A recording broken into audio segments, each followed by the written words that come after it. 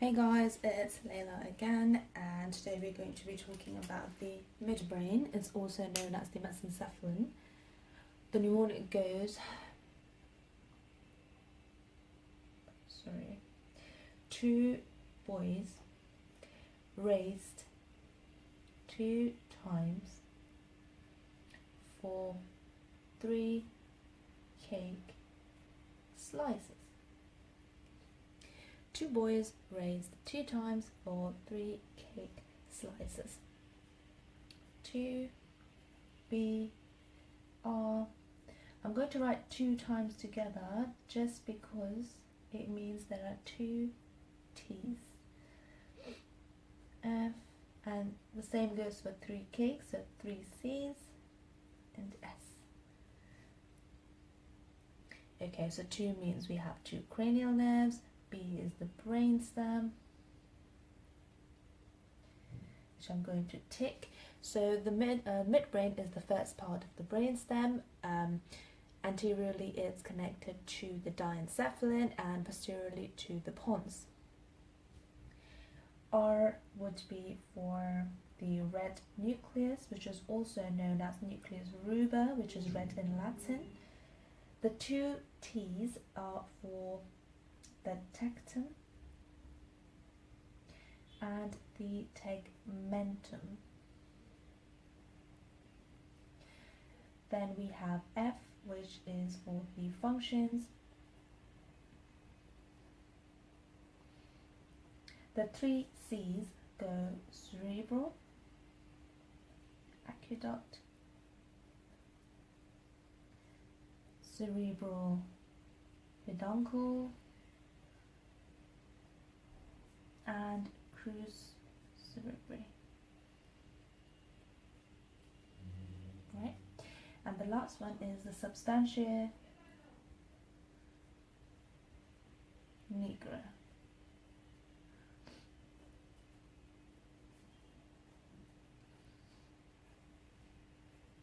Okay, so the 2 cranial nerves at the level of the midbrain are 3 and 4.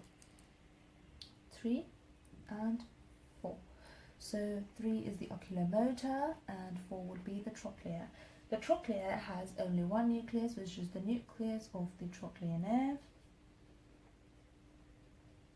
And the third one has 2 nuclei. There's one which is known as the oculomotor nucleus, which is motor.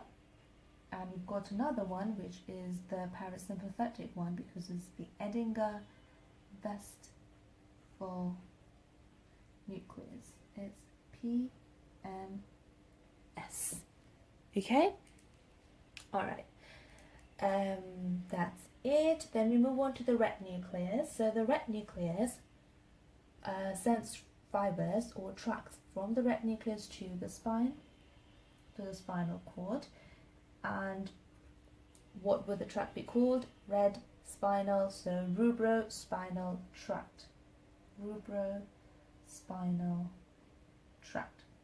It is important because it regulates voluntary motor movement.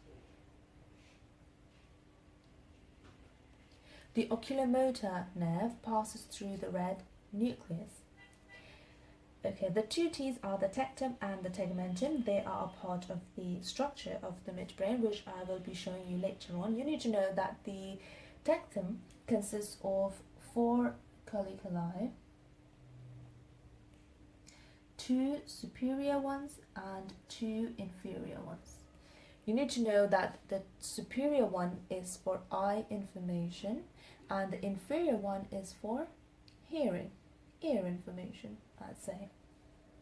Okay, the trochlear nerve leaves the midbrain at the level of the inferior colliculi and the oculomotor nerve leaves the midbrain at the level of the superior colliculi. The functions are sight and hearing. Right? Okay, and the voluntary motor movements and the movement or the function of the substantia nigra, which you'll get to know in a bit.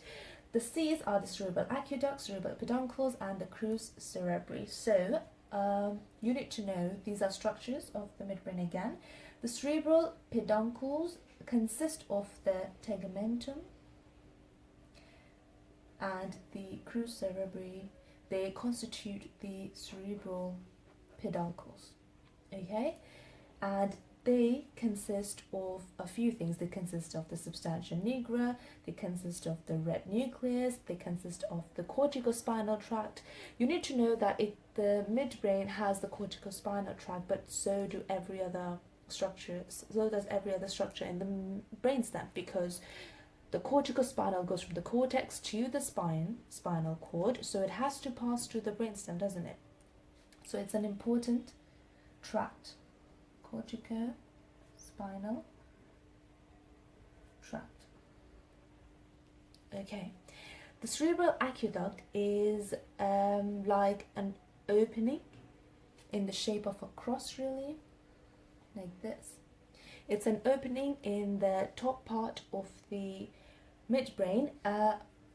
From above the cerebral aqueduct is the tectum, and below the cerebral aqueduct is the tegmentum. And underneath this is the crus cerebri, and together they form the cerebral peduncles.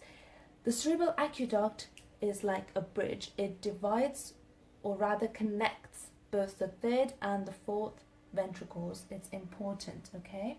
So this one here, I'm going to put a plus here, go down, connects third and fourth ventricles. All right, okay. Now, next we move on to the substantia nigra. It's the only part of the brain that produces melanin pigment. All right, okay, so it's got two parts. It's got pars, which is part compact, and pars reticularis, but in English would be pars reticular.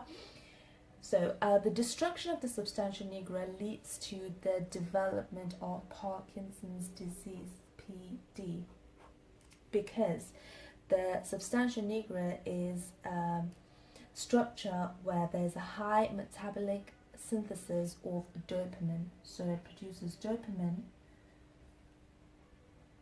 and lack of dopamine leads to Parkinson's disease. It's very important for coordination of eye movement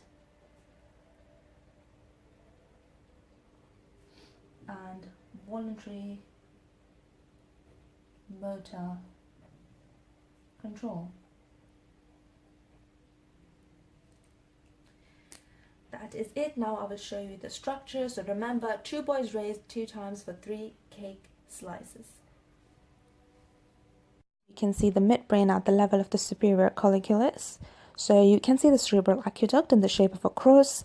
Beneath it, you can see because it's the superior colliculus, I told you, you will see the oculomotor nerve that passes through the red nucleus. You can see in red. There's a decussation of the rubrospinal tract. I told you about the rubrospinal tract. You can see the substantia nigra. You can see the corticospinal fibers, which are important. And see, you can see the tectum, you can see the tegmentum, and you can see the crus cerebri. Both tegmentum and crus cerebri again constitute the cerebral peduncles. Here you can see the midbrain at the level of the inferior colliculus. So you can see the trochlear nerve and the trochlear nucleus.